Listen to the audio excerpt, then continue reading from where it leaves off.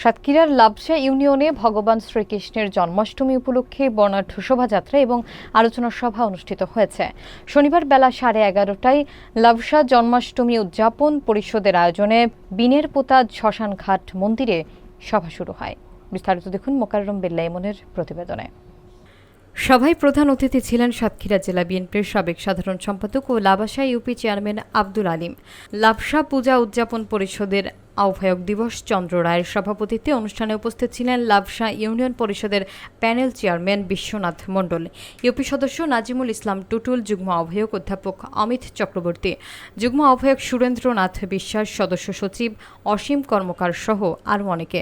সভায় বক্তব্য রাখেন লাবসা ইউপি চেয়ারম্যান আব্দুল আলিম। তিনি বলেন, ভগবান শ্রীকৃষ্ণের আবির্ভাব তিথি আমাদের সবার জন্য এক বিশেষ দিন। আসুন সমাজে শান্তি এবং সম্প্রীতি বজায় রাখি ও ধর্মীয় এই উৎসবের মাধ্যমে সৌহার্দ্য ও ভালোবাসার বন্ধন দৃঢ় করি। আলোচনা সভার পর একটি বর্ণাঢ্য শোভাযাত্রা বিনের পোতা শ্মশানঘাট মন্দির থেকে শুরু হয়ে মাগুরা দাসপাড়া মন্দিরে গিয়ে শেষ হয়।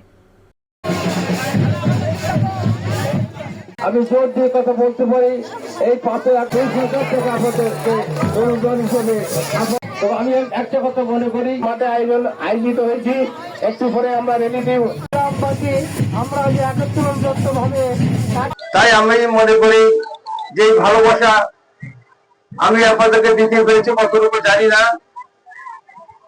আমি আজকের এই শোভাযাত্রায় সকল অংশগ্রহণকারী আমাদের মেহমান যারা আছেন,